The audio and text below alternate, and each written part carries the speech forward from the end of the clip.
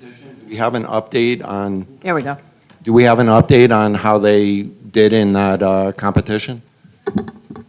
I'm not completely sure about that as I did not attend that event. However, I can get back to you on a later time about their success.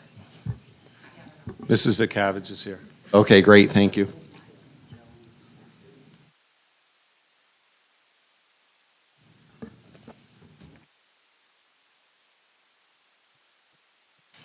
Since we're all staring at Mrs. Vikavage, we might go watch. That's all right. You know what? I went to my Instagram page, it's there, I posted, it. They did get an award,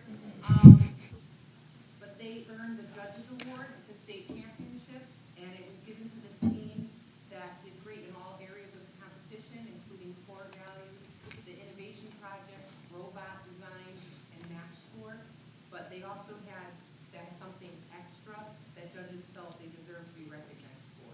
So we're very proud of Awesome. them. Okay, Awesome. great, thank you. And on the Instagram page, there are pictures. Okay, Awesome. fantastic. Awesome, awesome. I just realized before we go to board communication, we have to go back to item 5B, which is the approval of out-of-state overnight field trips. So, looking for a motion for the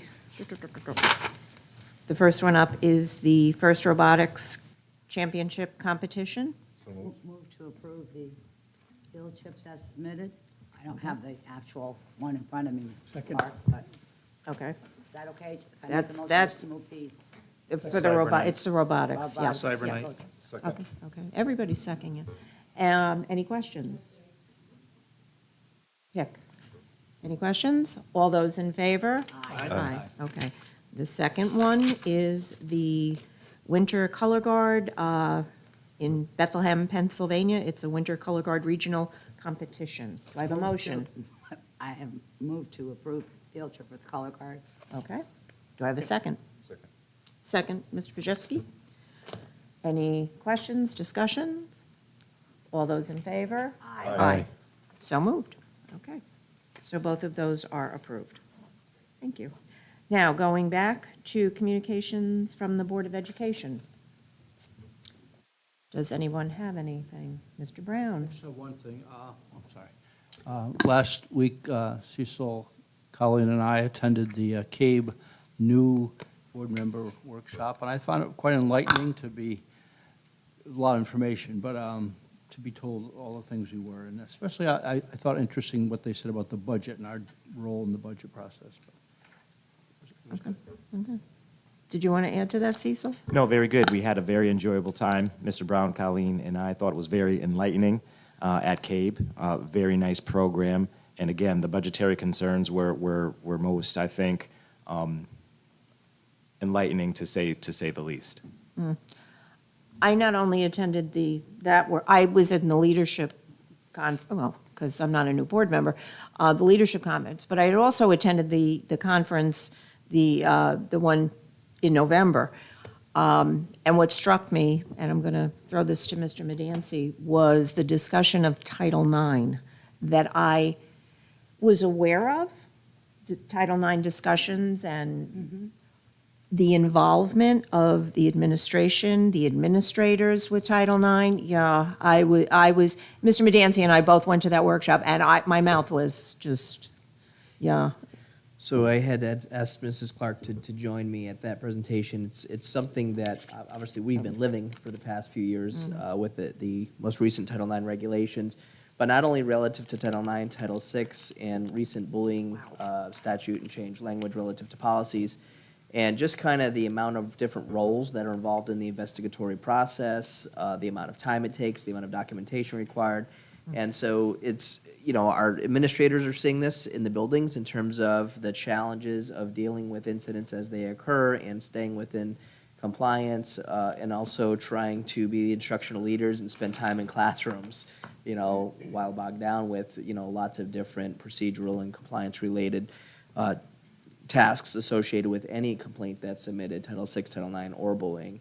And I even reflect back during my time as an administrator how it wasn't so, the amount of steps involved in any particular process weren't as cumbersome, so to speak, in terms of the documentation, notifications, appeals process, timelines, notifications, and multiple people involved in the role. So it's become a challenge for us as a district because it's really taken on a lot more time of the building level administrators.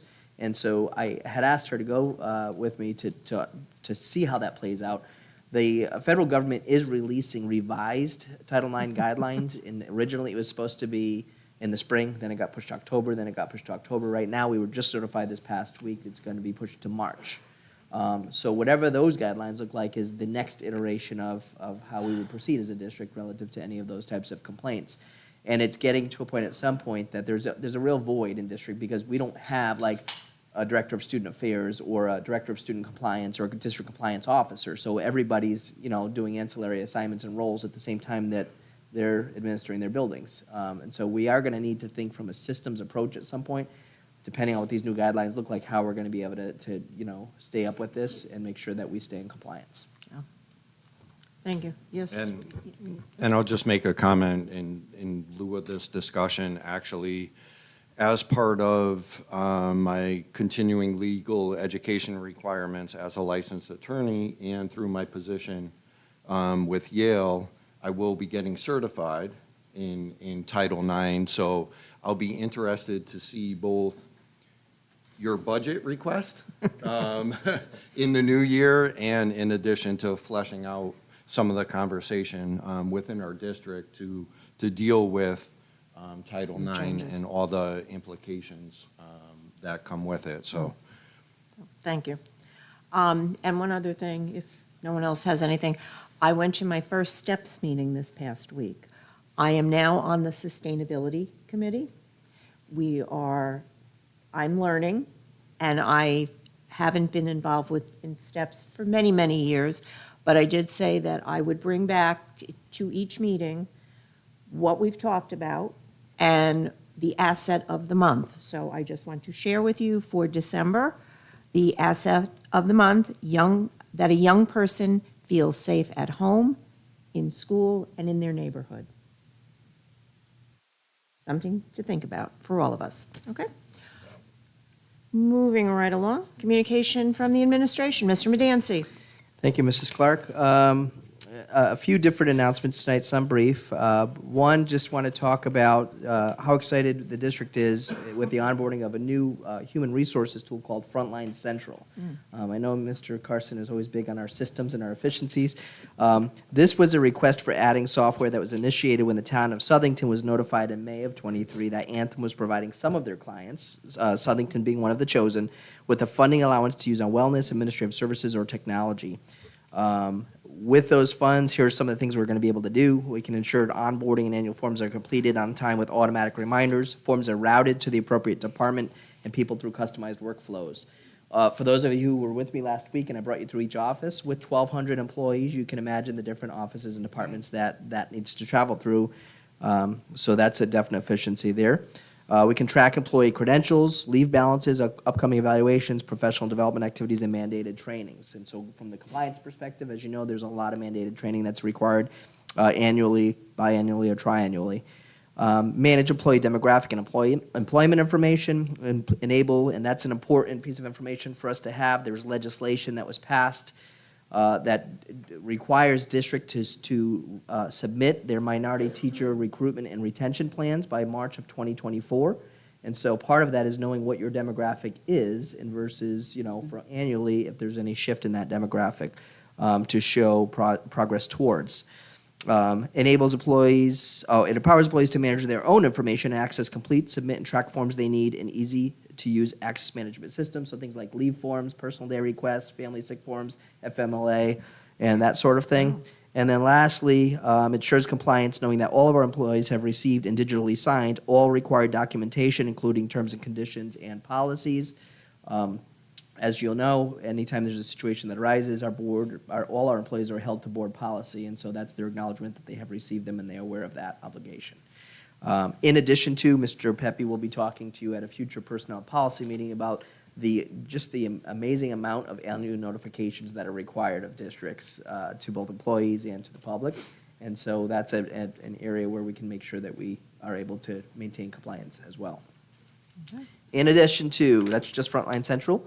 I'm pleased to report, I reported this out last year as well, but this is the second year. The district has never done this, but we have, it was something I had learned about a few years back. We are able to submit excess cost claims, not only for students that are outplaced, but students who are in district, if their cost per pupil exceeds 4.5 times the amount that qualifies students for a level of reimbursement.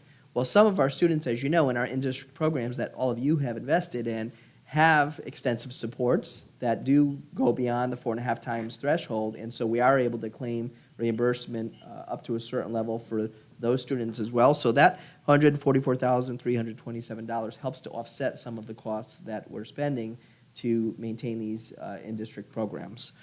One thing that I will lobby for until I'm no longer here or in any superintendent position, but I've said this to all of you, and we've said it to the state legislature.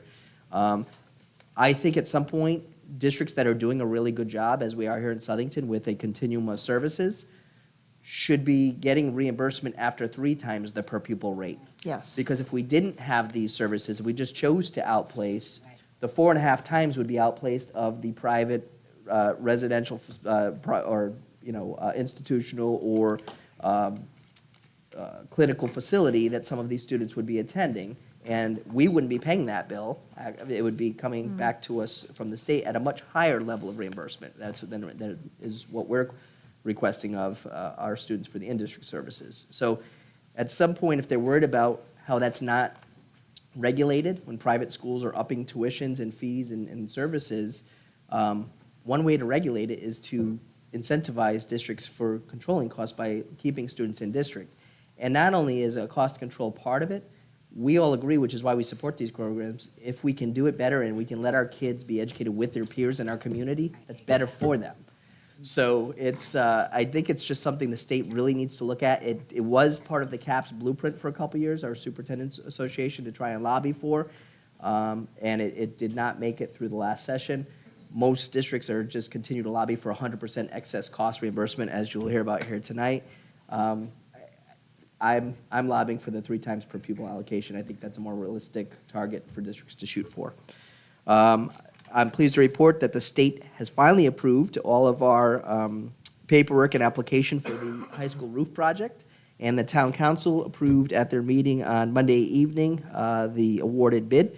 And although $5 million was approved at the referendum, the total project cost right now with bids has come in at $3.9 million. So thankfully, we're about $1.1 million under what was budgeted for us as part of the referendum. Excellent. And then lastly, the district, in terms of trying again to save a little bit on efficiency, but this comes at a good time when there's a labor shortage, if you will, that we in the past have sent potential employees to Southington Police Department only on Thursday mornings when fingerprinting was being done. Occasionally, the police department would try and bring someone in or flex, somebody to try and get an employee in to get it done outside of those hours. But it was always a little bit of a delicate balance act between the police department having that availability to be able to do that and the employee being able to get there on a Thursday morning, and sometimes slows the onboarding process. So we have brought on some software called IDEMIA, and it essentially allows us to do the fingerprinting here and have access to the database here for employees to get the background checks done a lot quicker, and they can come into our central office and get them done here. The employee still has to pay for the background checks. That doesn't, there's a cost either way, whether it was at the police department or with the district, but it just allows us, through our staff, to be able to onboard staff quicker versus waiting the week if that's the timeline that we've been living with. So hopefully that gets us to, with some food service positions, paraeducator positions, custodial positions, substitute teacher positions. Those are all the folks that they may only be subbing a couple days a week, and if they've got to wait till a Thursday morning to fingerprint, and then we have to wait to get the information back, we lose a lot of time with being able to use that substitute teacher. So those are just the announcements that I have for you tonight. Thank you. Thank you. Okay. Communication from the public on agenda items only.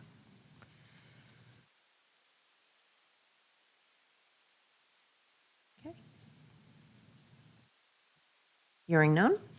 Committee reports, policy and personnel. Mr. Bajewski, that would be you. Yes, sir. Thank you, Mrs. Clark. You're welcome. Pull up let's see, Your notes? mi notos. So this was our first meeting. It was Mr. Darrenowski, Mr. Whitehead, and myself. Mr. Oshana was away on business, but he had an opportunity to submit a couple questions, which was great for discussion.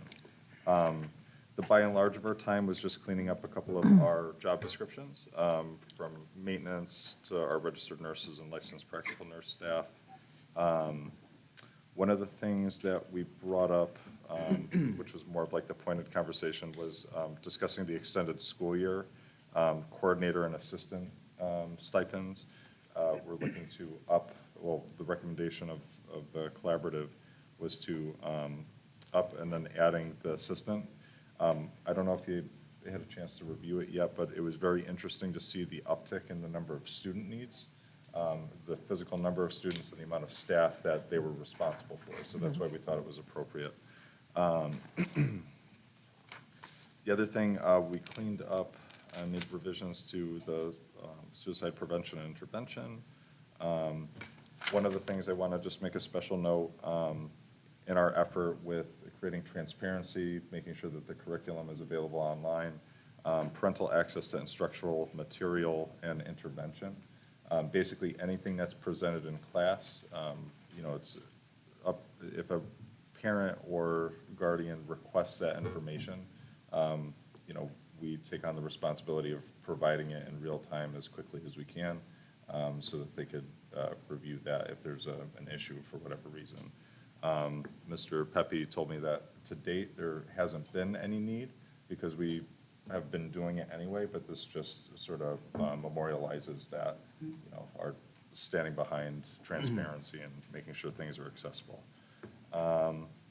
Outside of that, basically, we've gone through everything, and what's before you today, we unanimously agreed in all the corrections. Okay. So, thank you. Awesome. Any questions? Madam Chair? Joe, specifically as it relates to that parental access to instructional material, policy 6161.1, that's a new policy, correct? It was a brand new policy. Okay, any need to vote on that as a full board to? This is just the first read this evening, Okay. so we Okay, don't, correct. it's Okay. afterwards. I just. Yeah, I- no, it's a first read, so with the first read, if you do have any questions on anything that's a first read, you can either refer to the chair of that committee, or Mr. Pepe, or myself, Okay, Mr. yeah, Medancy. I didn't see the language of that new Yeah. policy in our packet, so I just wanted Okay. to make sure and clarify that, in fact, it was a Yeah, first read. it's a first read. Okay. It's a first read. Thank you. And it just dawned on me, I neglected during communication to explain, Mr. Williams, who landed from Poland this morning, was it this morning he landed? I'm not sure. He is at his daughter's concert this evening, so he will not be joining us. But he will be at the curriculum meeting tomorrow morning. But Thank you, Mrs. Clark. yeah, I just wanted to let you all know, because he was, I don't know, I'm very confused. It's 6 hours ahead there, and then he came back, but I don't know what time he left Poland. Mr. Oshana, you can figure it out for me, because I can't. So, in any event, that is why he is not here. Madam Chair? Yes, I would be remiss if I didn't say thank you to Mr. Pepe for taking the big lift and figuring out the language, the specific language for the job descriptions. I know that's heavy to do, and with such a quick turnaround time, we really appreciate that. Thank you. I would have to offer that thanks to our HR manager as well. okay. Thank you. Thank you, Mrs. Passamano. Okay, next on our agenda is the superintendent's, the personnel report. Mr. Darrenowski. Recommend that the Board of Education approve the personnel report as submitted by the Human Resource Department. Any discussion? All those in favor? Aye. Okay. Next item on the agenda, town government communications. Does anyone have anything? Mr. Medancy? I have nothing. No? Okay. The capital improvement plan, 24-25 to 28-29, our second reading. I move to approve the capital improvement plan for 2024-25 to 2028-29 as presented by the administration. Second. Okay. Any Madam- discussion? Yes. Please. And it's probably not discussion, just more commentary. You know, and again, as much for, you know, the town's benefit and the public's benefit, but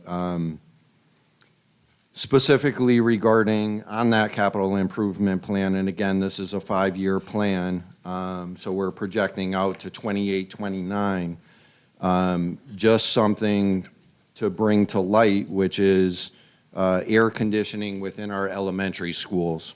And so in 28, 29, we have, as part of this capital improvement plan, we have nearly $16 million allocated to air conditioning, HVAC improvements and systems in 5 of our elementary schools. And now that's only 5 of the 8 elementary schools we currently have in town. Obviously, with 3 of those schools being up for either new builds or rehab, but in HVAC alone, nearly $16 million in 28, 29. Thank you. Anyone else? Okay. Hearing no other discussion, all those in favor? Aye. Okay, any opposed? Okay, then it is approved. New business. In light of the fact that we have a fairly heavy new business agenda, I'm going to ask that any questions that you may have of our presenters, if you could give them to Mr. Medancy, so that he can get, so that we can just get the information tonight, okay? Okay, thank you. Okay, so, new business. The policies are the first reading. We do have job descriptions, however, that we can vote on. Yes, Mr.? School calendar. You just skip the school calendar? I skipped right over the school Yeah, calendar. so- Oh, hello, first reading. It's the first reading. So, Could I again, with that. Could I yes. just speak to that just for some Sure. of our new board members? The calendar, as is customary, we post that for the board's first view. But after tonight's first read, I will send this calendar out to all of our families in the community and all our staff as well and ask for their input and feedback. I compile that all for you on one document and bring that back to you prior to the second read at that meeting so that you have all of the feedback that was received and can consider that prior to adopting. Okay. All right, so we have that. We have the policies, which are the first read. The job descriptions, we can vote on tonight? Yes, okay. So, just for matter of record, do we have to do it individually, each job individually, or can we? I would do one Individually? Okay. I'll be speedy. Go Speedy. Move that the Board of Ed approve the new job description for extended school year coordinator as presented by the administration. Second. All those in favor? Aye. Go Speedy. Move to approve the new job description of assistant extended school year coordinator as presented by the administration. Second. All those in favor? Aye. Move to approve the revised job description for maintenance working foreman as presented by the administration. Second. All those in favor? Aye. Move to approve the revised job description for the head custodian as presented by the administration. Second. All those in favor? Aye.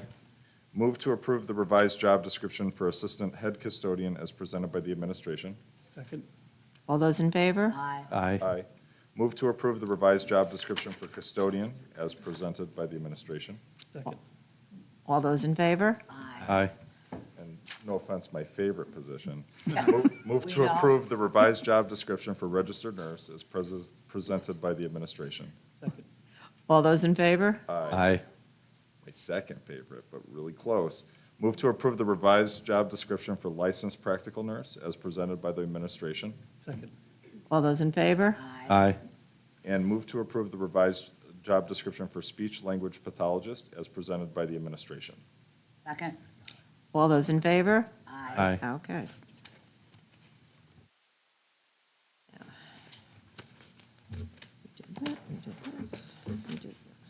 registered nurse. Oh, my goodness. Okay, next item on the agenda, superintendent's annual report. Thank you, Madam Chair. So we present to you this evening, for acceptance, the superintendent's annual report. This is a compilation of all of the efforts and outcomes associated across our buildings. Tremendous work by our administrative team, our teachers, our coordinators, our maintenance staff, our finance staff. Total team effort, and as is an annual process, we try to compile all of this. It is part of the town charter requirement that we compile an annual report, and it will be submitted into the record with the town.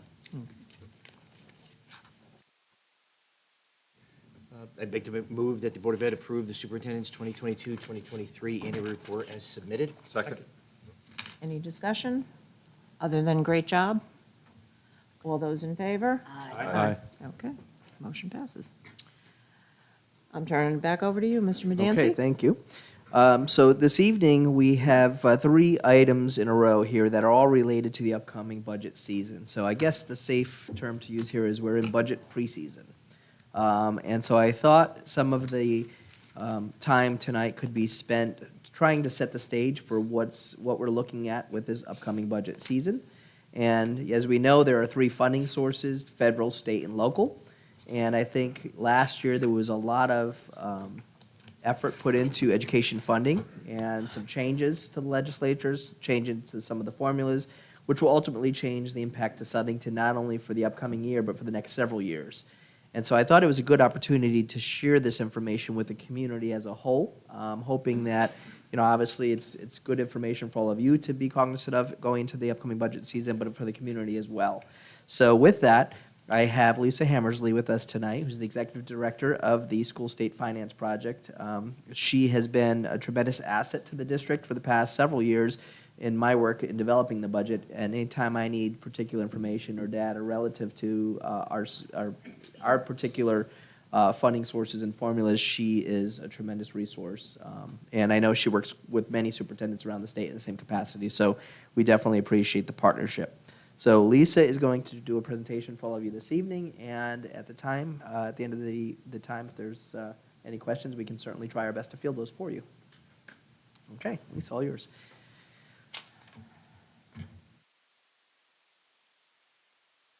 Is this mic on? Yeah, okay. Hi, nice to meet you. For those of you who I don't know, my name is Lisa Hammersley. I am a proud parent of a 5th grader at Hatton Elementary School. I see the best principal, Mr. Gary, sitting in the audience, so I'd like to make a shout out to him. So I'm going to go over, there were a lot of changes that were made up at the state legislature with how the state funds local public schools. A lot of it has an impact on Southington in particular because there's a lot of choice being exercised here, but it creates a lot of unknowns for all of you as you try to generate estimates for how much you will receive by grant moving forward. So for those of you who don't know my organization, we are a statewide nonprofit, nonpartisan organization. We do strive to be a trusted resource to stakeholders, including policymakers, school district officials, community leaders, and all individuals. And essentially, we take data and we generate policy solutions that we advocate for up at the General Assembly to ensure that all students are receiving funding that is commensurate with their learning needs. Just before we get into the specifics of each grant, looking at overall K-12 education spending in the state, $12 billion is spent on education. A majority of that comes from local resources at just shy of 60%, but 38% does come from the state, and that will increase over the next few years. Southington in particular spends less per student than the statewide average. I throw this out there just as a little bit of context for you all to consider with your budget for the upcoming year. As you can see, Southington spends less than its comparable or its neighbors as well. It's important when you're looking at spending that you look at the needs of the students as well, because academic research does show that when you are serving students with additional learning challenges, that it costs more to educate them. So as you can see at the bottom of this graphic, we present the number of students that are low income, multilingual learners, students with disabilities, and also your BIPOC student population. The largest state grant that supports K-12 education, as you know, is the education cost sharing formula. and that is what provides resources to your local public school districts and your regional public school districts. We have an ECS formula because of the Horton v. Meskel court case, which determined that the state needed to provide an equalization grant to offset our more property wealthy communities and our more property poor communities so that all children across the state can receive an equal education. This is a graphic that shows how the ECS funding flows. This is much more straightforward than the other grants that we're going to take a look at. So as you know, the ECS grant moves from the state capitol over to the city hall, and then City Hall provides it to the local Board of Education. To calculate each town's ECS grant, it starts with a foundation amount. And this is the amount that state statute dictates is the amount to educate a student without additional learning needs. This amount is currently set at $11,525. And this foundation amount, just as a caveat, has not changed in many years. It's something that our organization is looking at changing so that it could at least have a cost of living adjustment factor built into it. But currently, it's a flat amount of $11,525. The formula then considers the needs of the student population. And so it takes a number of students that the town is financially responsible for, known as the resident student count, and then increases that resident student count by the needs with a 30% weight for low-income students. Those are students that qualify for free and reduced price lunch. There's an additional concentrated poverty weight for those towns that are educating students that have above 60% of their population is free and reduced price lunch eligible. Once you get to that 60% threshold, there's an additional 15% weight applied. And then there's a 25% weight applied for multilingual learners. This chart shows how that works out in terms of resources per student. So as I mentioned, a non-need student, the funding per student is $11,525. If you're a multilingual learner, that cost increased to $14,406. So with the formula taking into account the foundation, the cost to educate all students without additional learning needs, and then all of the needs of the students, you get then a total cost. The formula takes that total cost to educate each town's student population, and then it divides it between a state share and a local share, and it does that with a base aid ratio. It takes the town's equalized net grand list per capita and the median household income, and it divides state share versus local share. There's an additional factor that provides funding to districts that are our most high-need communities in the state, of which Southington is not one, but it's there. And every year, the state recalculates each town's ECS grants. All of these different factors go into it. So a few years ago, Southington was actually considered an overfunded town. It was receiving annual reductions from the state of Connecticut in its ECS grant. However, over the last few years, Southington switched to an underfunded town, and that was because of the number of students that you were educating, as well as the needs of your student population. So as the number of students that you educate grow or reduce, or the needs of your kids change, you will receive varying support from the state of Connecticut. This is a very detailed chart that my data team likes to put together. But essentially, this shows the total cost in the formula to educate the student population here in Southington is approximately $76 million, according to the formula. And then the base aid ratio shows that the state picks up 28% of the cost. This is very hard to see on the screen, so for that I apologize. But what you can see is the state was phasing in the ECS grant to full funding.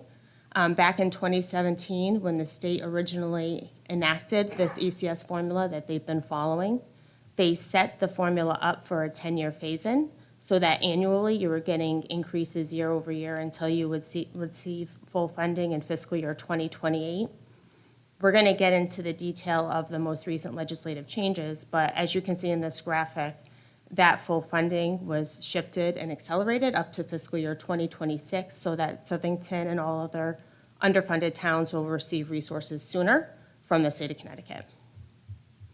And you can't see this on the screen, but according to our estimates, and they will change depending on the most recent data, The year-over-year change for the town of Southington between fiscal year 2024 and 2025 in the ECS grant is just shy of $545,000.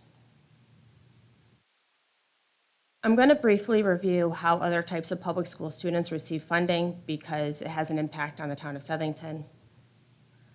All of them have different funding formulas, which is a mess, and there's different rates of how much districts can charge in tuition back to Southington if it's the sending district, as well as different rules with regards to where a student can be counted for the purpose of calculating ECS.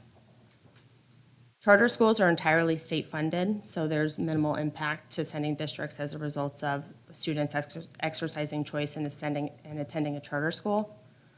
There's one local charter school in New Haven, and this is the graphic for it, but since it doesn't pertain to the town of Southington, I'm going to skip over this one.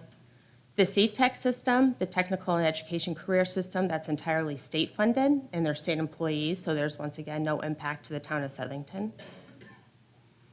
The agri-science program. So the agri-science program, as you know, there is one at Southington High School. Currently, the town of Southington receives a flat grant from the state of $5,200 per pupil. And then the town of Southington can charge $6,800, I think it's $6,823.50 back to the sending district. That amount is going to be capped in fiscal year 2025 in terms of how much you can charge in tuition, but then the amount of support that you're going to get from the state will change as well, which we'll go through in detail.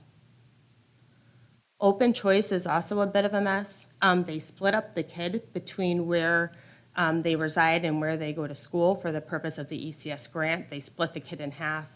They also have varying state grants depending on the amount of kids that you take in from outside of your district.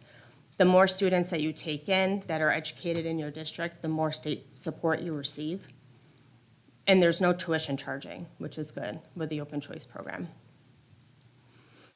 The RESC-operated magnet schools, so these are the CRECs of the world, they get a grant from the state of Connecticut, a per pupil grant, and then they're also allowed to charge tuition back to the sending district in an amount that is virtually uncapped and has increased by significant amounts year after year.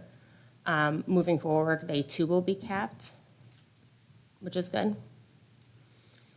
Also, non-chef, RESC-operated magnet schools, they get a different amount of a grant, and they are also allowed to charge different amount of tuition. This also gets to host district magnet schools, non-chef, which is an absolute nightmare. And then the host district magnet school chef. So these are your students that might attend a magnet school that's operated by Harvard Public Schools. They get a larger grant, but then they can't charge tuition. So the impact of choice to Southington Public Schools. This is the data that we have that shows the number of students that are exercising choice and attending other types of schools, and/or the number of students that are exercising choice and choosing to attend school here in Southington, either through the open choice program or through the agri-science program. And it also shows how the tuition fluctuates by school type.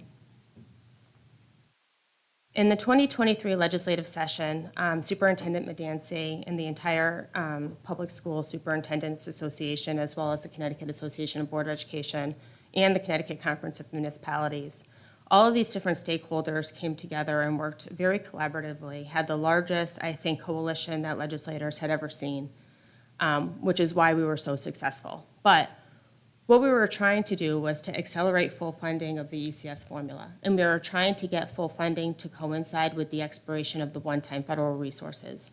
So if a district used a portion of their one-time federal resources to hire a social worker or any mental health support or teachers, if they knew they were getting an infusion of state support, they could find the resources from that increased state support to maintain that level of service moving forward. So one, accelerate full funding of ECS. Our second goal was to clean up all of that mess that I showed you with all the graphics and to just use the ECS formula to fund all students regardless of what school type they attended. That was based on their individual learning needs. And as a result of the state picking up the full cost to educate the students, the tuition billing system, which harms local sending districts, would be eliminated. We were able to achieve $150 million in additional investment in K-12 education. It was the largest year-over-year investment in the past decade and the second largest in the state's history. In total, between this year and next year, the state will have invested over $324 million more into K-12 education. And we changed the trajectory for the ECS grant so that funding will be provided to our underfunded districts sooner. We also provided some fiscal stability to districts by alleviating part of the tuition burden that they will have to pay in the next fiscal year as well as moving forward.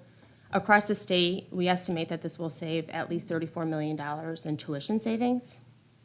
And then there was also funding to increase state support for choice programs across the board. So your magnet schools, your charter schools, your agri-science program, and the open choice program.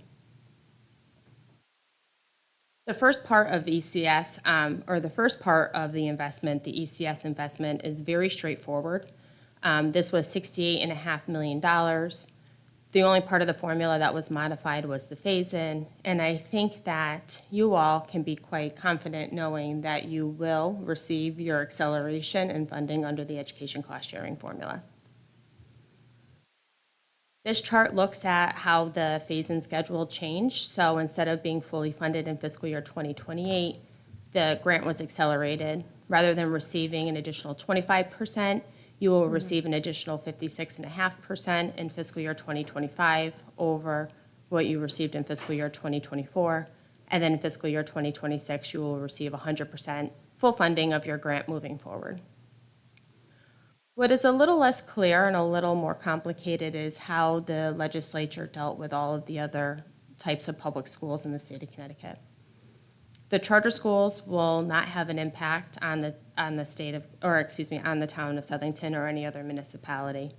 But the other programs are a little bit more complex. And the amounts that are provided to each type of public school is approximately 42% of the bill that we tried to pass. So as you'll see moving forward, you'll see the 58% cap. That all refers back to our original bill, House Bill 5003, which definitely makes calculating your state support or tuition savings a little bit more complicated. And I will say that in the budget, for ECS, it's actually in the appropriation. For all of these other investments that the General Assembly made, they're basically just numbers in the budget with no other statutory language tied to them. So they're a little less firm, I feel, in terms of being targeted for potential reduction or reallocation. So I get to that at the later slides, but there could be some concern that if the governor is looking for additional resources, I fear that these might be a little bit more of low-hanging fruit as compared to the education cost-sharing grants, which are clearly specified or appropriated by town in the budget book. So for RESC-operated magnet schools, Board of Ed magnet schools, and agri-science, these are all of your programs that charge tuition. So for the town of Southington, the impact to you is both on the RESC-operated magnet side and the agri-science program side. The amount that you will be charged from CREC or any other RESC will be capped at 58% of the amount that you were charged per student in this current fiscal year. Also, the amount that you can charge in agri-science tuition back to sending districts will also be capped at 58% of how much you charged in this current fiscal year. As I mentioned, charter schools are actually more straightforward than the other tuition charge billers also because they don't charge tuition and they're on a phase into full funding similar to local public schools. They'll be at 56.7% next year and in the foreseeable future. And then also for Board of Ed magnets that don't charge tuition and open choice operators. So I know that Southington, and I'll get to Southington specific information in a few slides, but they do have those additional resources that were provided to them in the budget, and so they'll all receive per pupil grant increases from the state of Connecticut. The amount, however, is unknown because they were not clearly specified in statute. So for Southington Public Schools, this shows the financial impact from the acceleration of full funding for ECS. So as a direct result of the $150 million in K-12 education investment, the town of Southington will receive an additional $210,000 above what they were going to receive as a result of the normal annual phase-in. As I mentioned, the total that we estimate Southington will receive in terms of an increase year over year is that $545,000. We estimate that you will save approximately $228,000 in magnet school tuition as a result of the tuition cap. You also don't have any students that are exercising choice outside of your district to attend a different agri-science program, so you don't have any tuition savings on that end. With regards to open choice, Southington permits 78 students to attend your local schools. In 2023, Southington received, I think, a grant of $390,000 at $5,000 per student. If the General Assembly takes that full amount that was provided to open choice and then just divides it by the number of students, that would result in an additional $5,000 grant per student. If they did that, then you would receive a grant of $780,000, effectively doubling your grant. With regards to the agri-science program, in fiscal year 23, you received $1,025,000 in agri-science grants. While the amount in the budget, $7.2 million for agri-science, doesn't specify that first tuition losses should be made whole, we've had conversations with the education chairs and the appropriations chairs, and they all understand that tuition loss needs to be mitigated first before providing any bump up in per pupil support. So assuming that Southington is made whole on your tuition loss, with the amount that is remaining in that line item, we estimate that Southington could receive an additional $408 per student that is attending your agri-science program.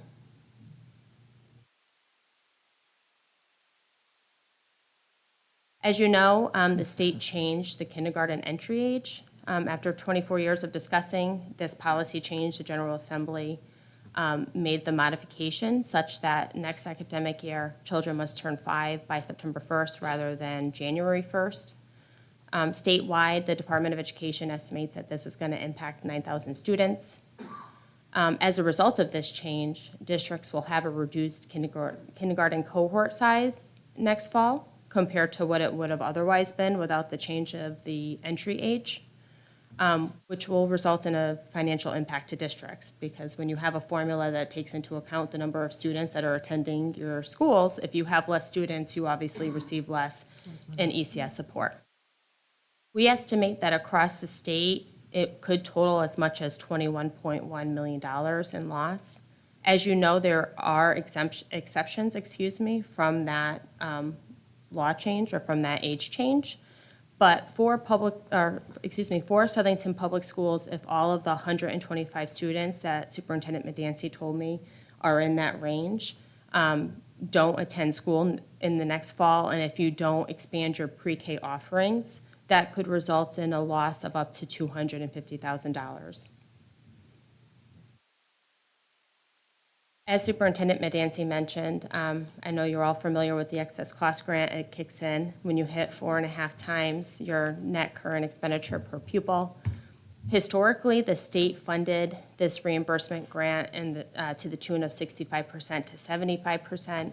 The General Assembly has been making changes over the past few years with regards to reimbursement percentages under the excess cost grant, and in the 2023 legislative session, they made it tiered such that districts that have lower property wealth receive a larger reimbursement that are our most wealthiest districts.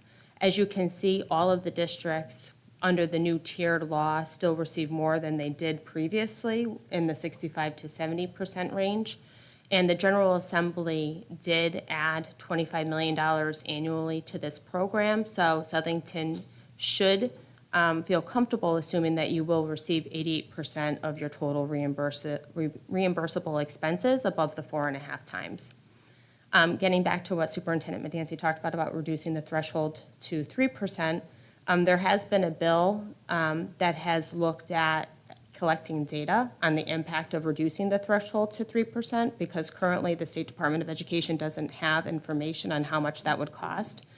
When it comes up, and that bill to just actually collect data didn't even pass. But when it comes up again for conversation up at the General Assembly, I'll certainly flag it for you all, because at least having the data will allow the conversation to move further than what it has, or how far it has gotten in recent years. But without the data of the financial impact, I think the General Assembly is not likely to enact such a change and not know, unfortunately, what the cost to them will be.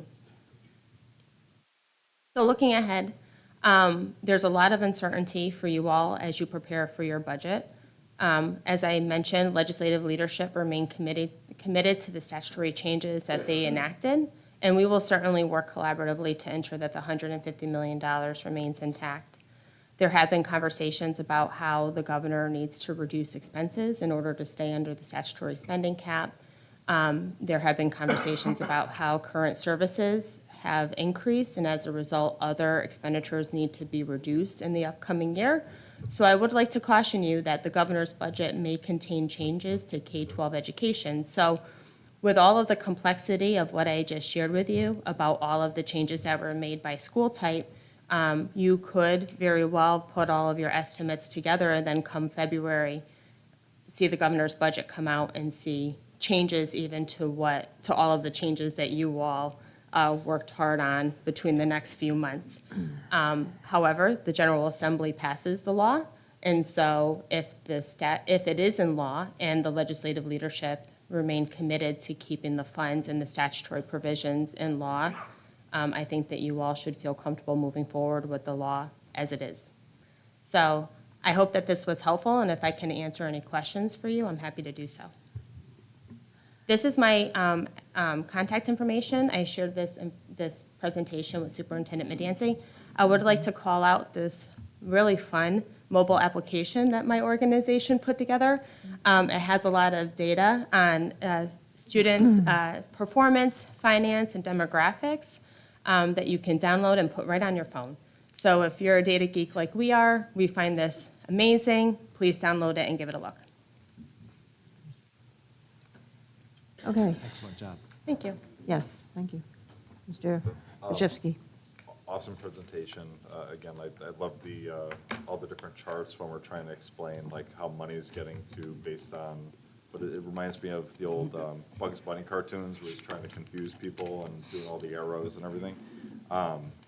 So I guess my first question is, it wasn't attached to our agenda. Will you be, can we get that over? Yeah. Yeah, what I plan on doing is we will, as we do every year with the budget section of the website, we will be posting all the presentations, and I'll send it out, obviously, to the board, but to the community as well. Excellent. And then my second question, very brief.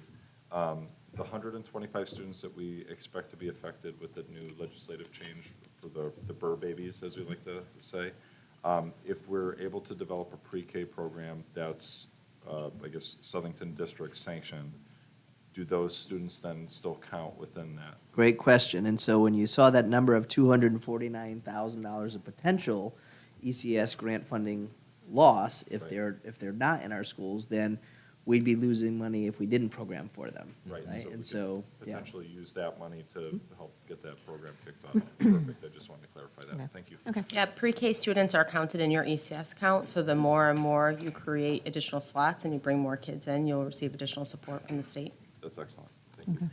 Just a few highlights, and one that I can't harp on enough, but it's something that bothers me about Connecticut as a whole.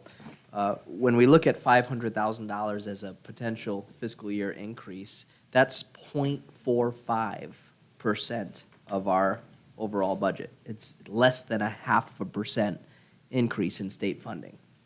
And that's for the next 8 years, right? Or 7 years, when we look at 835 going out straight. And obviously, it's based on enrollment. It could fluctuate there, but it's, so, our budgets increase, and more than 0.5% per year. And so the fact that we're only getting a 0.5% increase, even when it jumps by 500,000, you can talk about other states where the state funds 80% of education and the municipality funds 20%. And so in Connecticut, I feel unfortunately that the burden falls on the local taxpayer, and that's what continues to be a challenge in districts that may manage their finances well, but it still doesn't offset the needs of the districts, as all of the assumptions we talk about a little bit in a few minutes here start to kick in.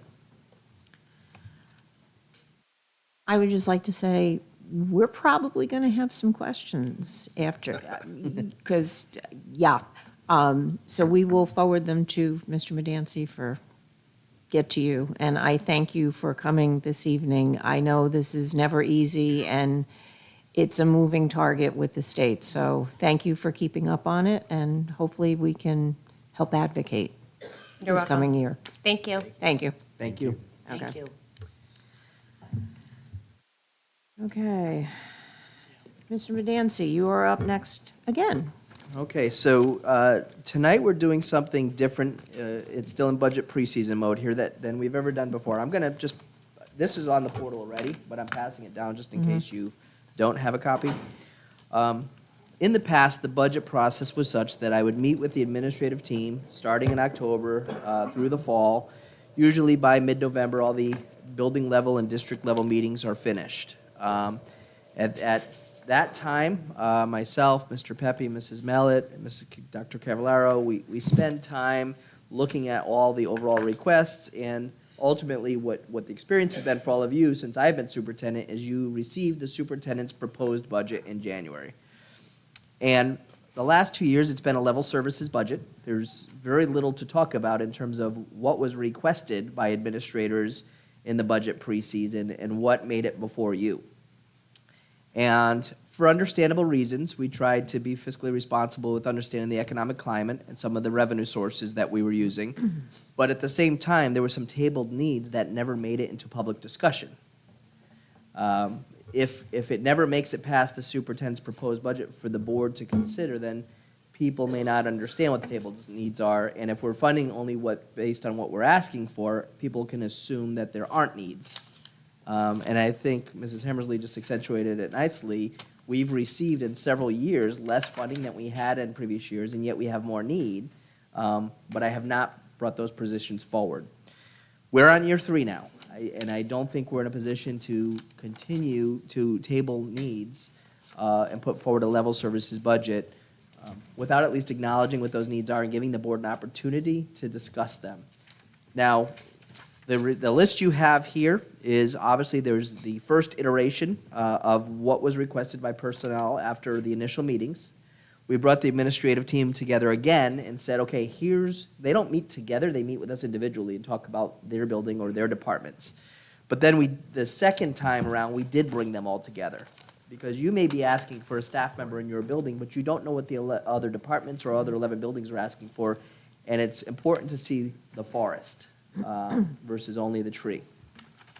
And when we saw that there were 44 staff members requested overall, everyone then takes a step back and looks at their requests and says, okay, we know that we can't bring that forward to the Board of Ed for consideration because we'll never be able to approve 44 positions in one budget season. So what do we think, based on now that we've seen everybody else's request and we've talked about it with our colleagues, what do we think has priority here and that we still insist should be discussed by the board or presented to the board at least? And what do we think we can pull back for a year, for maybe 2 years, depending on what the needs are as they arise? And so what you have before you tonight is a list of requests, and these are things that, as I said, typically you would never have seen. I would have presented you the superintendent's proposed budget, and this was never part of it.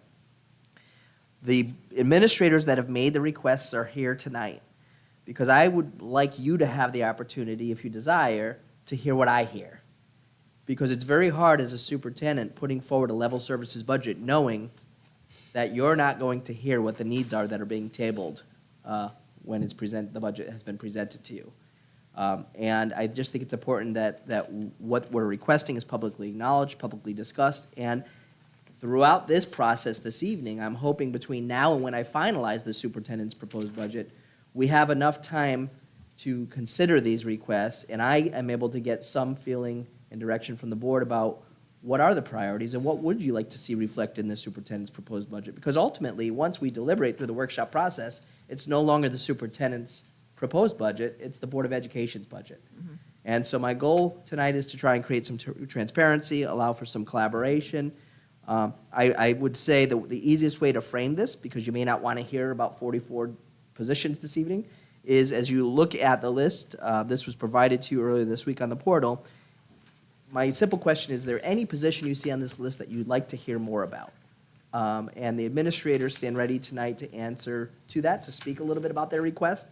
I don't view this exercise tonight as an opportunity to deliberate and say yes or no, we want this position. This isn't the actual superintendent's proposed budget.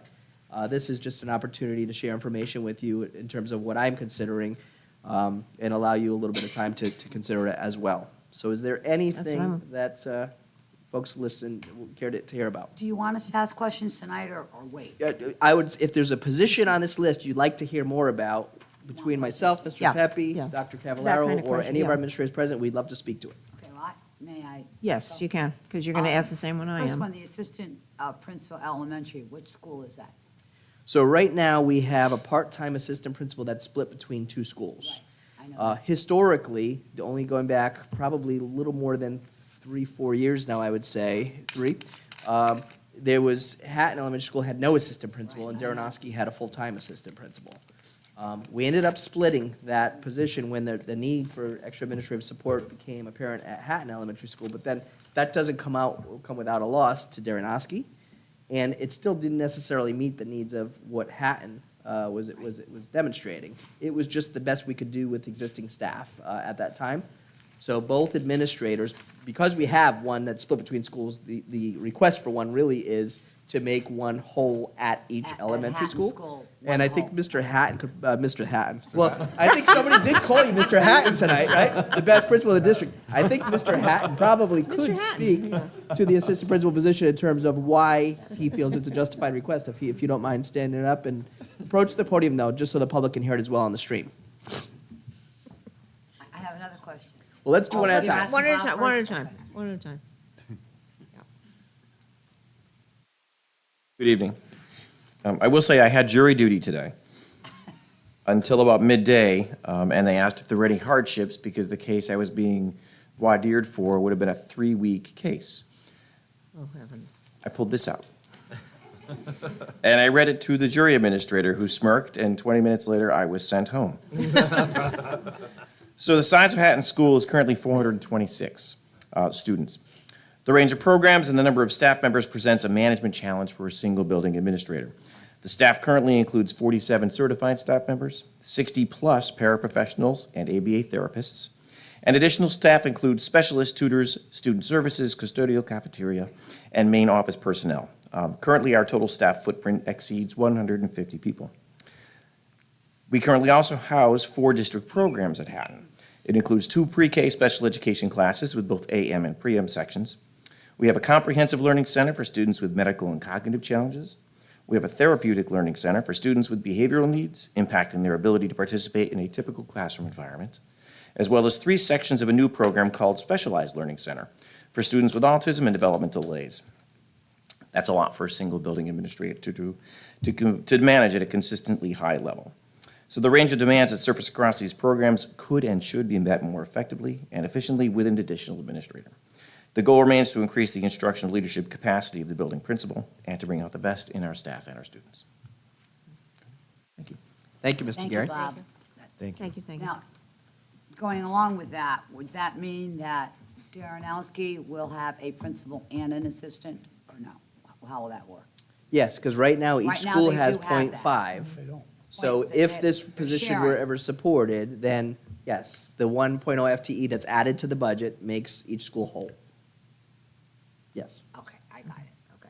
No, and then, may I continue? Can we have other board members ask, okay? Yeah, we'll go around. Or just the Okay. next thing? Madam Chair? Yep. Mr. Superintendent, did you have anyone in the audience that could articulate on the psychologist's position? Yes, I do. I can call Dr. Cavallaro, and if she has any of the administrators or coordinators that she'd like to call upon, she certainly can do that. Okay. So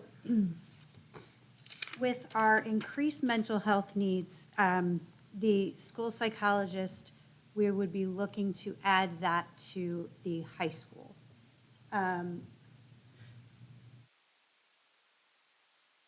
So if we look historically over time, one of the main responsibilities of a school psychologist is to do testing for our students who require special education identification and services. So if we look at evaluations over time, last year on the low end, we looked at smaller schools like South End and Oshana, who had testing numbers averaging around 20 per year, and larger schools like Southington High School had 137 evaluations for a school year. If we look at this year to date, those smaller schools are at 14 and 15 right now in December. And, excuse me, Southington High School is to date 143 evaluations. There are 2 school psychologists serving those evaluations at the high school. Additionally, the psychologists are also responsible for servicing caseloads of students, which includes group and individual counseling, and also risk and threat assessments, behavior plan material prep, parent phone calls and meetings, PPT management, SRBI observations and team membership, as well as school-wide student support. And I would like to point out that the data, for the year of being 20 in one of the smaller schools, and already those smaller schools being 15 in December with another 6 months to go, just shows you where this is trending. And clearly the high school data speaks for itself. Can I ask a piggyback question Okay. to that? Now, with that being said, so why is it the burden of the district to adhere to those psychological testing? Because, and I look at it more this way, is it's the burden of the parent to send their child to a PCP to get evaluation medically to be able to play sports and to engage in schooling. Why is psychology offsetted to the district? Sure. Okay, so under the IDEA, or the Individuals with Disabilities Education Act, we have a law that is called Child Find. So if there is a student with a suspected disability and referred to special education, either from the school-based team or by the parents because they suspect that there's a learning issue, we are required by law to evaluate that child.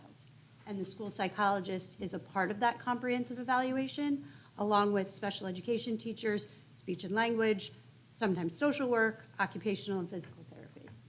And then is the recommendation for follow-up to happen outside of the school once that initial No, recommendation is met? if a comprehensive evaluation is conducted and agreed upon and consented by the parents, the team comes, meets, and reviews those evaluations to determine whether or not the child is eligible for special education. And if that is the case, an individualized education plan is recommended and developed, and part of that would be the school psychologist potentially providing counseling. Every 3 years, a child needs to be reevaluated to determine eligibility, and the psychologist is responsible for that. Okay, so more with the education part, but if it's, so for example, and the only reason I bring this up is, again, I went to a conference recently, mental health in the country, we all know what's coming down the pike over the Sure. next 6 years. So this is for the programming for the student to make sure that they're getting effective instruction, to make sure that they're, being brought along. If it's more of a psychological issue where it requires like psychiatric care and things like that, is our team equipped then to, I guess, Refer. offset into the, I guess, more of the medicine? No, the only Or thing this that a is strictly school just- psychologist would do would be to provide services that would allow a child to access his or her education. Okay. If it was something that required counseling that did not relate to education, like clinical services, we Okay. would refer families to their own private therapists. Excellent, thank you. Okay. Mr. Brown? Yeah, on that subject, and so what I'm hearing is that the time that they're spending testing is over doubled, which means even though the numbers of students in need of services is going up, the time available to service students is actually going way down. Precisely. Okay. Yes, Mrs. Carmody. May I go now? Yes, you may. I see that we're only asking for 1.7 social workers. That was the administrator's. Now, I would think that that should be increased, personally. Getting back to what you said, you know, you've been reading articles about children with emotional and social, and, you know, we're going through, we haven't decided yet how we're going to do the suicide type program, how we're going to do all of that stuff. I really think we need more social workers for the kids. I think children are still in crisis. And I'd like to see an increase in social workers in our schools, So personally. the original request was higher. And you brought for it down both- to for 1.7? The administrative team, the building principals in collaboration with I'd pupil see that services. higher. Personally, I think there's a dire need for that. Do you want to just talk in general about the social work requests or any of the teachers about how that plays, or administrators, how that plays out in the building and why it could be a benefit?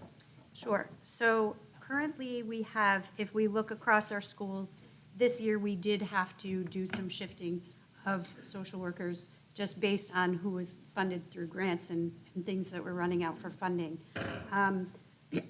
We did have every building with a full-time social worker previously.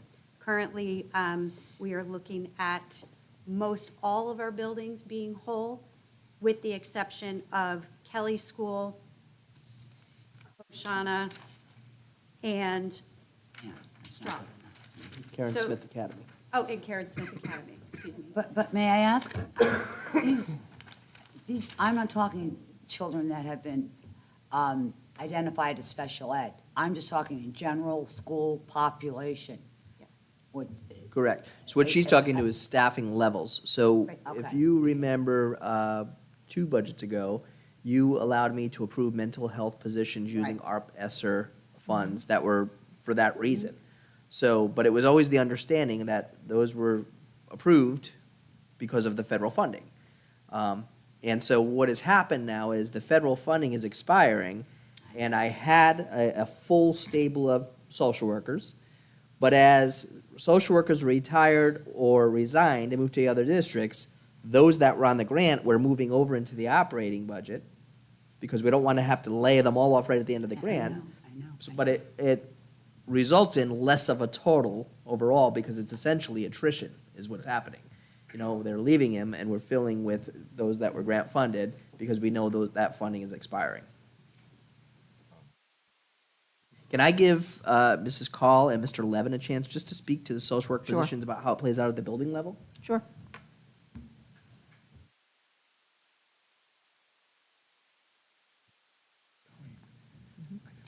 Good evening, everyone. Thank you. I currently have a .6 social worker at Kelly School 3 days a week. For the 3 years prior, it had been a full-time position. And just to give you a little background, so in 3 days a week, she currently has a caseload of 32 students that she would provide counseling services to, whether through an IEP, through a 504 accommodation plan, through an SRBI intervention plan, and also for students in our Therapeutic Learning Center, which is the K through 2 behavioral program, district program that's housed at Kelly School. She is also the 504 case manager for 28 Kelly School students, which involves her running those meetings, updating the 504 accommodation plan through the district CT SEDS site, as well as distributing and ensuring that the accommodations are communicated to staff and then followed through on. One of the biggest implications that I have found, and she has found this year, having been reduced from a full-time 1.0 position to .6, has been just the clinically inappropriate groupings that she's had to put together to legally meet the obligations of the students that she needs to provide counseling services to. But because of the limited time that she has at my building, that she's not really truly able to provide the appropriate services to each individualized student based on their either IEP goals and objectives, the accommodations that are in that student's 504 plan, or specifics related to their SRBI intervention and their individual student needs. Because of the grouping she has to put together, she just is not able to clinically appropriately meet the needs of those students. And in addition, her access to the students in our behavioral program, the Therapeutic Learning Center for, again, kindergarten through grade 2, students who demonstrate difficulties with behavior regulation, her access to that, to benefit and work with those students is extremely limited because of the time that she has to meet with those students for whom we legally are providing services to. Thank you, So Mrs. Call. You would agree that we should increase social workers? Yeah, I can speak for Kelly School that we're dealing with the impact of it having been cut this year significantly. So that is not, as we put those forward as district requests, that is not a tabled Kelly request. That is in part of our request. That is the 1.0 that's reflected on here of an increase. But another theme that I've heard not only with Mrs. Call, but across our buildings, and I think this may be what you're getting at as well, is so there's a lot of triage, a lot of reacting, and a lot of servicing the IEP plans through the counseling and the 504 plans that we have. But you remember a time as well where school social workers or school counselors were able to go into classrooms and do Yes. proactive lessons with students, sometimes on an as-needed basis, but more so on a proactive basis about the, social skills and self-regulation and emotional intelligence and those sorts of topics. And we see kids that are struggling with those very issues that aren't all identified, and yet we're not able to get in and do those proactive lessons because of how tightly we are tied to compliance with the mandates. And so I would agree with you that added support would allow for some of that proactive social work to be done in buildings, and which would allow even the administrators themselves, but also the social workers, to be doing less triage, and for their case, more instructional leadership and less, self-regulation, occurrences. And Mr. Levin, I think, has a different lens from Karen Smith Academy that he can speak to, from having a full-time social worker to having a .2 social worker. That came- point two. So actually, Mrs. Carmody, what you were just speaking about is essentially what I'm concerned about. And going from a full-time social worker for 2 years and having to deal with the shift, we have a very small population of between 40 and 50 students, but almost half of those students have IEPs, a lot of them with social work hours that have to be serviced.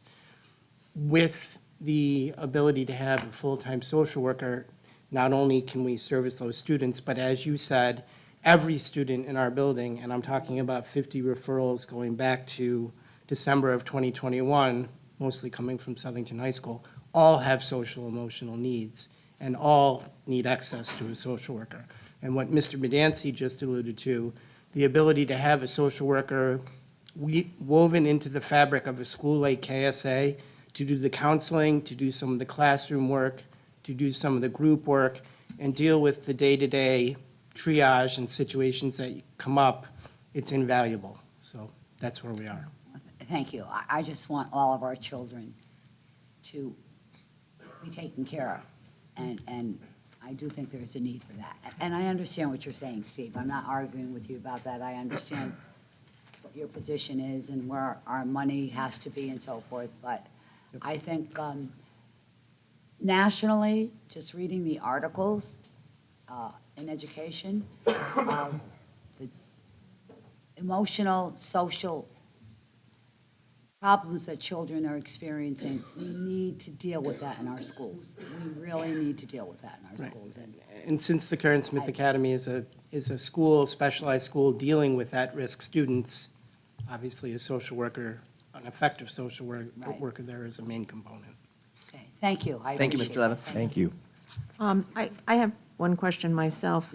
Could someone speak to the 7 elementary teachers for class size? Yes. Mr. Pepe. So Where's that, Colleen? each year, we take a look at the board guidelines for class size. And last year was I'd say a big squeeze wherever we were able to yield and shift a teacher and combine classes. But with the population projections for next year, the unknown K number, and this is without adding any K, obviously, thinking about the new legislative requirement, but just the progression up the grades, those 7 positions are simply to stay within board guidelines. Okay. So one of the challenges is we talk about as the administrators came together, that a few weeks ago, and we took a look at all of the requests, every administrator could speak to every single request and justify. When they saw all of the requests, and then you take into consideration 7 of the requests are just to keep in board guidelines, that's where folks said, okay, I'll give up the 0.5 that I asked for, even though I really need it, so please keep it represented. But we realize there's no way we can end up with 46 new positions. Mr. O'Shannon? And yet the question comes down to, what do we want to do as a district, right? So I thank you for putting this together, because we've never seen this, and I think Never. this is a great tool that you presented us with. And I think we can keep going and talk about each one of these individually. We But could. my suggestion would be, these guys have put together the documentation behind and the rationale behind each of these. I think, I'd love to see that. I think we should see that, right? Instead of, oh, well, tell me about this one, or tell me about this one, and it's verbal and it's recorded and all. But if we could see the request of why, right? Because then it comes down to the board making the decision. What do we want to do? You know, where are our priorities?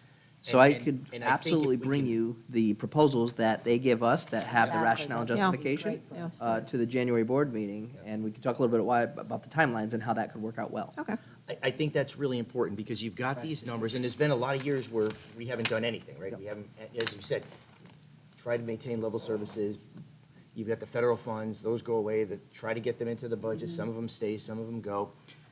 Now it's a decision of where do we want to take the district next, right? And thanks for this, but I do think that the detail behind it would be ideal. And I would ask if we could get it, not just for the ones that you're recommending, but the ones that are being Absolutely. requested, tabled, and removed. Because I think that'll be very helpful too. Sure. So that if we could see all that, and then if we had any further questions, better we would, understand. yeah, I think we it'll would answer a lot of understand, yeah, it questions would, now, it right? would, yeah. It Because, might be a great segue to your next agenda item. yes, it would be, because all of these are valid. Every last one of these Yeah, it's requests one- are I know. valid. They are. You wouldn't have requested them if they weren't valid. So let us know what the reasoning is, and, yeah. I just have one more comment, and, Yeah. you know, it's sort of to go off the social worker request. I trust every single one of our administrators, our CEO of the district, who's essentially, you know, running. Arbitrarily, if I said, or if Mrs. Carmody said, like, I think we should have 5 social workers. Well, you guys came to us with 1.7. I trust that 1.7 would fulfill the current needs of what we need in district. So again, like, when I see 1.7, I take that serious, like, okay, that would put us even. Now, with that being said, and here I'm gonna do a little challenge on you. All of these seem to support a relatively level budget. We're increasing access to service, but not necessarily increasing services. Which one of these positions is new programming for high school students? Which one's a new programming opportunity for a young student to learn a world language in 2nd grade or 3rd grade? Or a new EMT program at the high school? So we have the high school administration here this evening. Mr. Crocco is probably zoomed in on this meeting right now, and he was already texting me, and he sent me his notes. He was because he's very ill, and was upset he couldn't be here. But our assistant principal, Mrs. Crouch, is here, and she's got some notes. Mrs. Apone is here as well. So if you two want to come up and tag team the high school notes around what we do think of, what would be potentially advancing things. Part of the advancement is still access because of unfilled course requests, but it's access for a good reason, because the shift to the block and the development of pathways, which is a newer development for us, would bring us down that road. And I think that's what they'd like to speak to tonight. So thank you for asking that question. All right, good evening, everyone. So you'll notice from the high school, there's a few priorities, but the ones that speak to your question really around giving more opportunities. So what we do know is we shifted to a block, which now enables students to have 8 blocks during a day for courses. So there's more opportunity for courses, more time in the classroom to learn and grow and lead towards a career pathway. Last year, or this current year rather, there were 1,000 unfilled primary requests, so courses that students did not get into because we didn't increase FTEs last year as part of our pathway work. So this year, what you'll see coming forward, there's a 1.3 business teacher request, and that really comes from 2 angles. One, there were 339 unfilled business requests in that department alone, so that's a very big growing area. Students have interest in it. And the business courses support many of our pathways because they have that business element to them. In addition, the 1.3 is because there is a new financial literacy legislation that is being enacted. We are required to provide a half credit for every child upon graduation at the high school. So in order to meet that demand, that's about 20 sections a year. 1 FTE can handle 10 sections. Luckily, currently, we do some of that coursework within math and business already. So the 1.0 would serve the financial literacy component, and then the 0.3 would allow us to dip into those 339 unfilled requests to amp up that area. The second FTE request came from the tech ed department. There were 250 unfilled requests for technology education. These are students that are interested in all of the areas in the manufacturing, engineering pathways, some of the technical science areas, and this is outside of Project Lead the Way. So for any student who doesn't get into that small niche pathway, students have these other experiences to take electives. So those were really the big requests coming out of the high school in terms of trying to grow departments. Our first pass had additional elective areas as well, but in prioritization, those were the ones that we went, the numbers driving it. I don't have anything else to add. Those are all of the notes that we have. Okay, thank you both. Thank you. Thank you. Okay. And just to, again, to wrap that up. Okay, wrap it up. Again, like we're getting things that are sort of facilitating the things that, you know, we already know that we have the need for. It's just, again, like. The grow. I want to grow. I want to offer new things. And even with what's cut, like, nothing's there. So we're sort of stuck in this loop of stagnation of kind of, you know, the dog chasing the tail complex. But, you know, that's a conversation for. Yeah, Okay. if I, so Mr. Pepe. part of the conversation with the high school was to, and absolutely, we understand what you're saying and feel the same way. When we took a look at how many students didn't get what they were requesting, Yep. and you have a 1,000 unfilled course requests, that's how we prioritized That's how we have it. the request, Yeah. First. to say, Yeah. how can we chip away at this? Yep. Okay. Good, Mr. Brown. I'm just reminded of the CAVE workshop, and what we were told is statutorily, our charge is to move forward a budget that meets the needs of our students.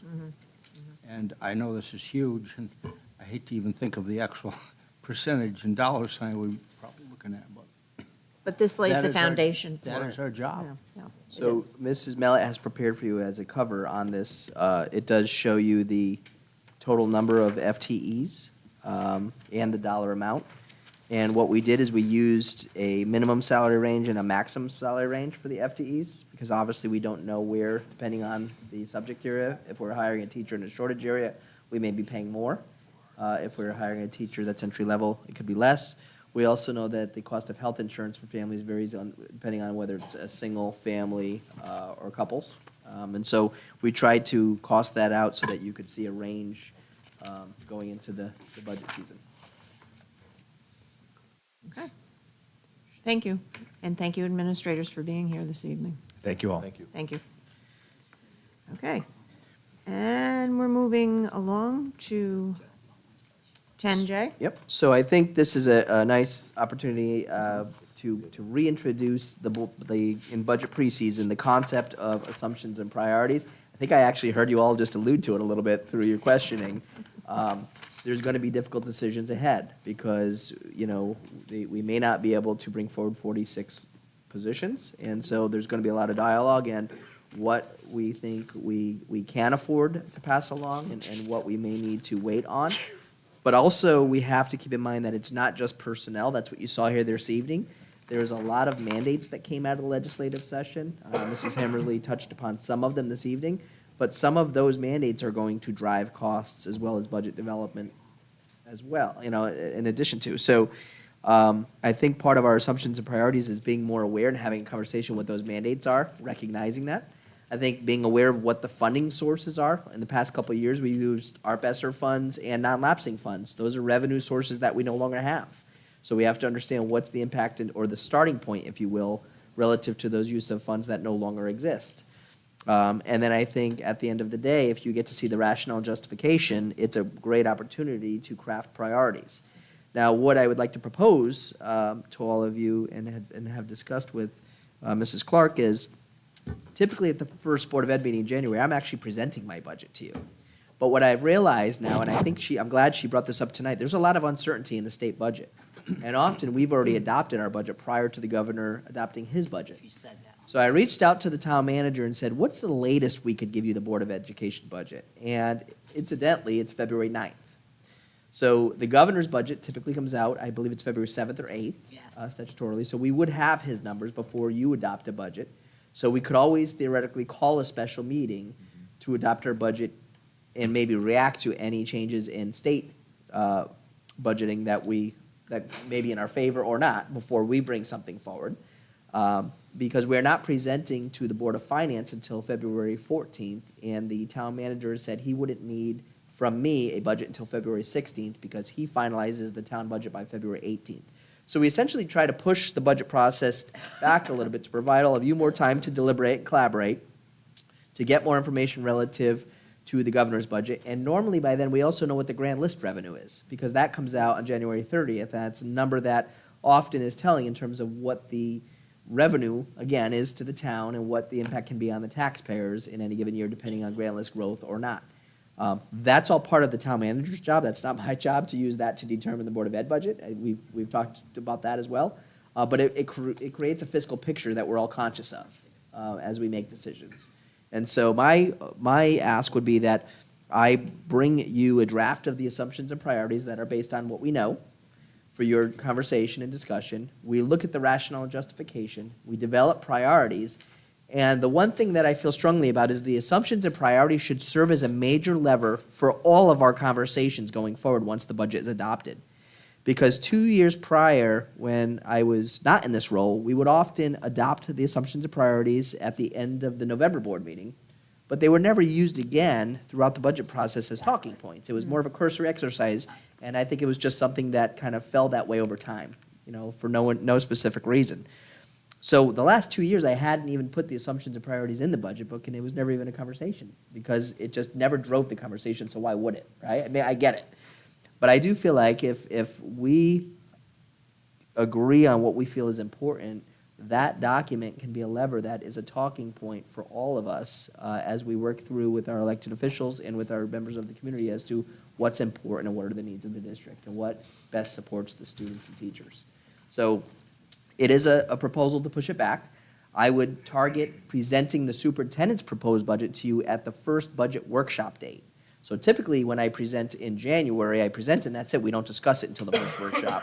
What I'm willing to do now is, because I'm giving that extra time after hearing from you at the January meeting, finalizing priorities, I can finalize my budget, bring it to the first workshop, and we can begin deliberating that evening on it. Makes a lot of sense. Okay. Makes a lot of sense, Chief. I would agree that it makes sense to be proactive, Mr. Superintendent. So if I could I ask a question, Yes, Madam you can. Chair? So you talked about the mandates, and I know the unfunded mandates is a big word, and we always talk about it. So is it your understanding that we're going to have a definitive idea of the costs of what those mandates would be prior to our budget? So not all of them, because some of the mandates are like, they're added time on staff that's hard to quantify, And I think of Mrs. Passamano and I met today for our weekly meeting, and we were talking about some of the recent mandates that are passed in terms of plans and documents and reports she has to submit to the state. Well, that's time on her that she's not had to do that before, and then we're not adding staff to do that. So she either stays longer or something doesn't get done. You know, it's kind of, those are things that, so I think there's a cost in terms of human capital for some of the mandates. But there are some definitive. For example, there's an HVAC inspection requirement.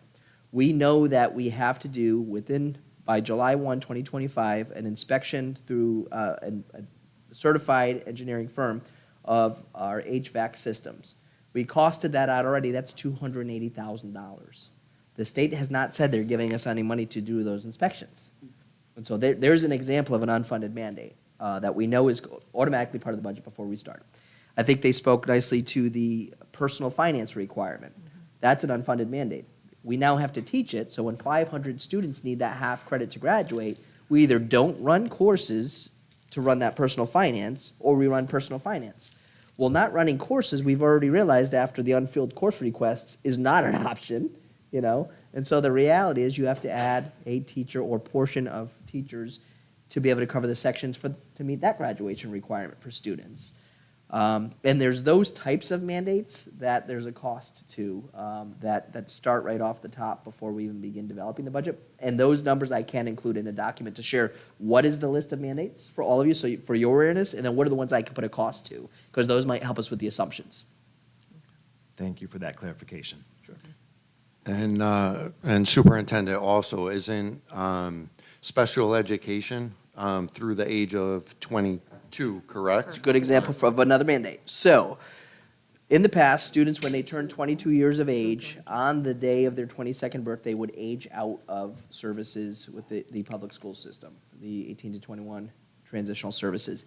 Now, the law is that if they age out, they are allowed to finish out the academic year in the district. And so we have a student that turns 22 on July 9th next year. We will be, because it's after July 1, we will be providing services to that child for the entire year. We are not being given additional special ed funding for that child, and yet Department of Health and Human Services, who would normally be receiving for that funding for that child at 22, is not giving any money to the Department of Education to help fund that mandate.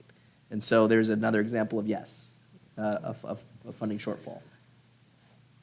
So this evening, we have the assumption and priorities, which we will be bringing back at our next meeting. Yes. So let's review them.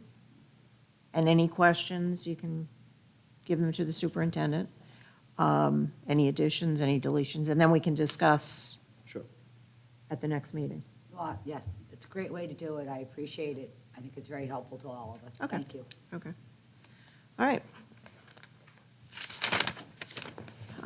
Next item on the agenda, item 10K, Mr. I'd like to make a motion to expel student number 2023-2024-6 and 2023-2024-7 as stipulated by the administration. Second?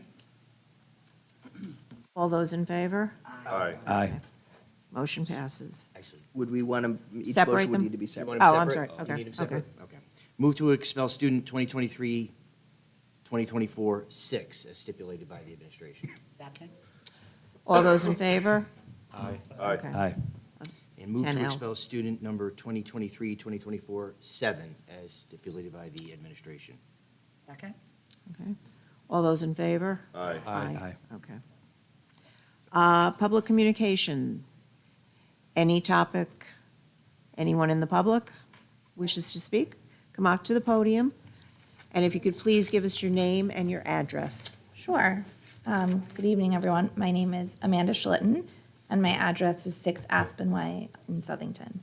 I'm here tonight to discuss safety of children with life-threatening allergies in Southington Public Schools. My 4-year-old daughter will be attending Thalberg Elementary School next year as a kindergartner. She's smart, witty, vivacious, and highly allergic to peanuts. She and many other children in the district live every day with a life-threatening food allergy that puts them at risk of unimaginable consequences should they come into contact with their allergen food. I presented my request to Mr. Pepe last month, and he took that request to the Policy and Personnel Committee. I understand that 4 of our Board of Education members are also on that committee. Mr. Pepe informed me that my request was denied to make Southington Public Schools a nut and peanut-free school district. I'm here tonight to plead with the board to ensure that my daughter and many others can attend school with minimal risk of having life-threatening consequences from the food choices of others. Children with food allergies have minimal choices in their environments. They don't get to choose where they sit in the cafeteria. They don't get to choose many foods for the risk of potential allergen exposures, and they don't get to choose to protect themselves at school with the current policies that we have in place. They have no power to stay away and or avoid life-threatening allergens when they are permitted in their direct environments, even though we know the irreversible consequences that could be the result of allowing these allergens in our schools. However, children without allergies to foods get many choices. I know this because I also have 2 children without food allergies. They get to choose which friend to sit with in the cafeteria, they get to choose which dessert they get to eat, and they get to choose whether or not to bring a potentially life-threatening food into their school each day. To me, this seems unfair to side with those who have the choice to have another option for lunch or snack. Children with life-threatening allergies don't get to choose their allergies, but I'm here to try to help them remain safe throughout their school day. I was a first grade teacher for 12 years prior to moving to Southington. I lived through seeing the safety of children's environments take precedent to alter protocols and procedures in schools. We've seen atrocities take place in our schools and have taken every measure to protect the children we all know and love. Parents everywhere know the feeling of being scared to send their children to school. The unimaginable had been thrown in front of us, and thank goodness we did something about it immediately. We took measures to better protect our schools and children who occupy them. Extra checks by local law enforcement, changed arrival and dismissal procedures to be sure everyone was safe. We changed visitor policies to be sure our schools were secure as they could be. And we all agreed because our number one goal as adults and parents are to keep our children safe. My hope is that tonight I can help you understand that it's also imperative to keep children with life-threatening allergies safe within our school buildings by eliminating the foods that can cause fatal reactions. Children deserve a safe learning environment to grow and thrive amongst their peers. They deserve to feel included during lunch and recess and to feel confident they don't have to shy away from a friend because of their lunch choice. At 5 years old next year, my daughter will have a challenging time regulating herself to stay away from those who have eaten peanut butter for lunch. How will she know if it's peanut butter? How will she know if someone touched a doorknob or a slide or a marker in the classroom after having peanut butter on their hands? After all, peanut butter stays on surfaces for an average of 110 days.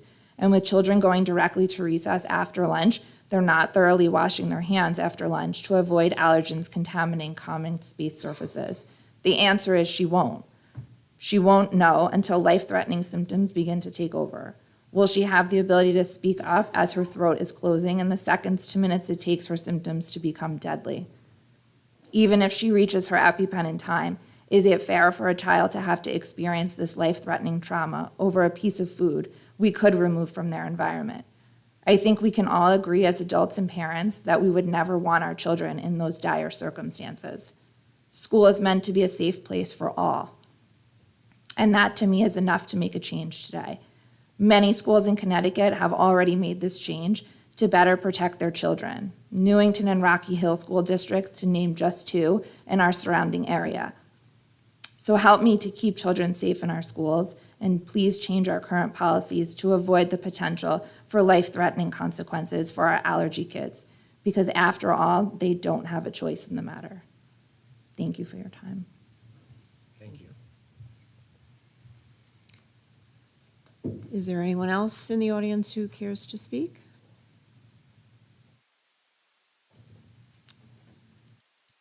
Thank you. Move to adjourn. Second. All those in favor? Aye. Thank you, everyone.